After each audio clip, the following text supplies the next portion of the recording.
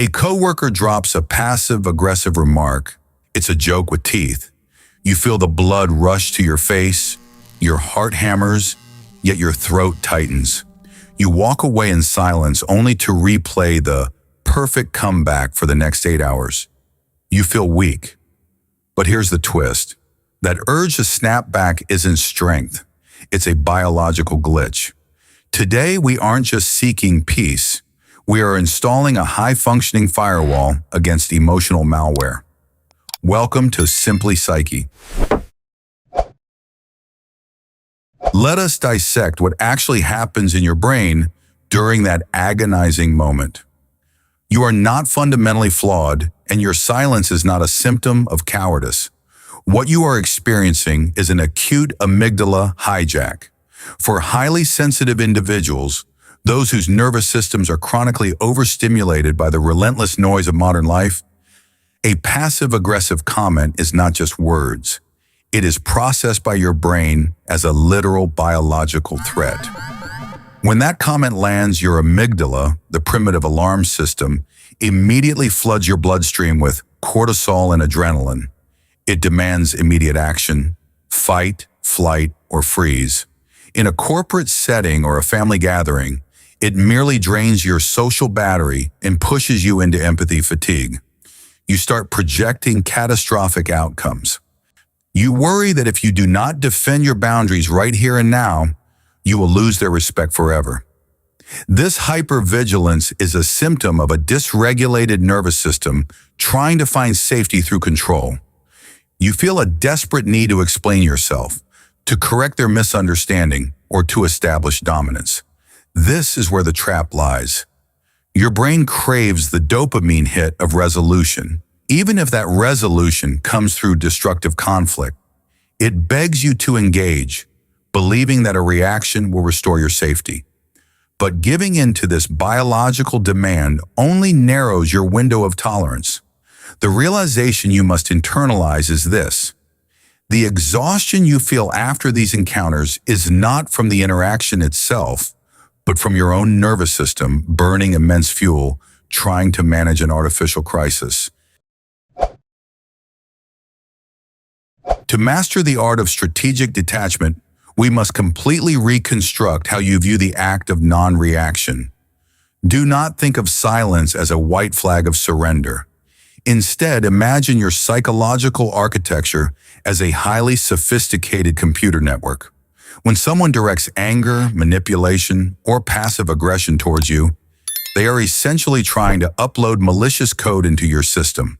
They are sending a virus wrapped in a casual remark or a hostile tone, hoping it will execute a program of chaos within your mind. When you react immediately, when you snap back, defend yourself, or visibly show distress, you are clicking on the infected link.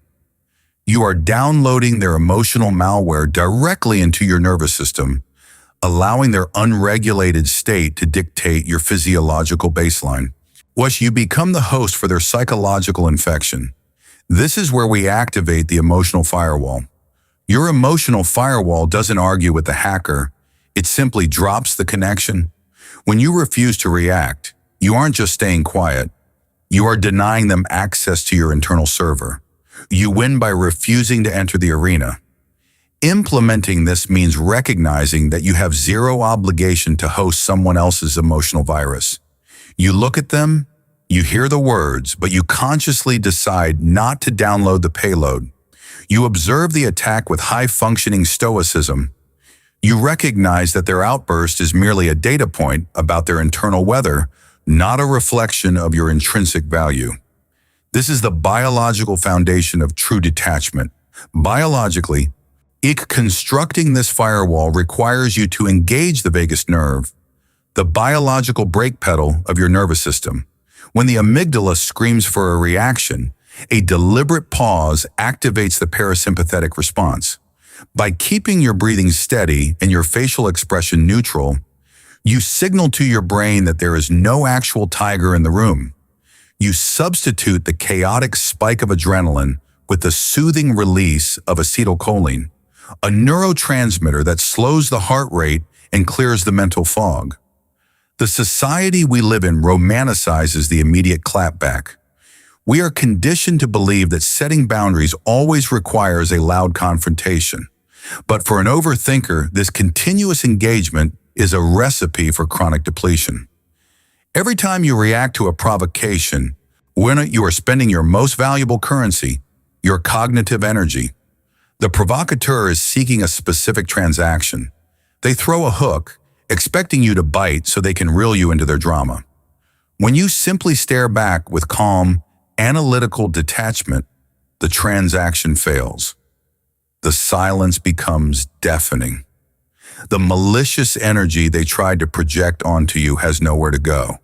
So it inevitably bounces back and settles squarely on their own shoulders. You have subtly forced them to confront their own reflection. Let us delve deeper into why this is so difficult for the overthinking mind. Your brain is wired for hyper-empathy. You naturally try to decode the hidden meaning behind every sigh, every glance, every subtle shift in tone. When attacked, where your hyper-analytical mind instantly generates a dozen potential reasons why the person acted that way. But this over-analysis is just another form of engagement. The emotional firewall demands that you stop trying to solve the puzzle of their dysfunctional behavior. You must accept that some data packets are simply corrupted and not worth decrypting. Let them remain a mystery. By dropping the need to analyze their motives, you reclaim massive amounts of processing power for your own peace. We have now mapped the biology of the reaction and installed the architectural blueprint of your emotional firewall. The final step is moving from theoretical understanding to practical somatic execution. How do you deploy this in real time when the blood is rushing and the adrenaline is spiking? You practice the art of strategic detachment. The next time you are faced with a biological irritant, a rude comment, an aggressive driver, an unhinged email, do not suppress your physical reaction. Notice it. Feel the heat in your face and the tension in your jaw. But instead of letting that physical sensation dictate your behavior, observe it as if you are a scientist studying a fascinating chemical reaction in a petri dish. Tell yourself, my nervous system is currently experiencing a cortisol spike. This is a temporary physiological event, not a command to act. This slight cognitive distance is the essence of high-functioning stoicism. You are creating a gap between stimulus and response. In that precious gap, your conscious mind regains control. You realize that you hold the ultimate authority over your own attention. You can choose to simply observe the malicious code pinging against your firewall, and then calmly return your focus to whatever truly matters to you. You let the other person's chaos remain entirely their own property. This does not mean you tolerate abuse. It means you choose your battles strategically, engaging only when there is a tangible outcome to be achieved, rather than just feeding the ego's demand for immediate vindication. You protect your peace at all costs. It takes immense internal strength to look at chaos and choose not to absorb it. I'm afraid, but the more you practice this protocol, the wider your window of tolerance becomes. You stop being a reactive thermometer that rises and falls with the temperature of the room, and you become the thermostat that sets the climate of your own mind. This week, I challenge you to view one hostile interaction not as a threat, but as an opportunity to test your newly installed firewall. Feel the quiet, profound power of letting a provocation fall flat into an abyss of your indifference. If you are ready to stop hosting other people's emotional malware and commit to building your psychological defenses, leave the word firewall in the comments below. Let this be our silent pact. Stay curious, stay simply psyche.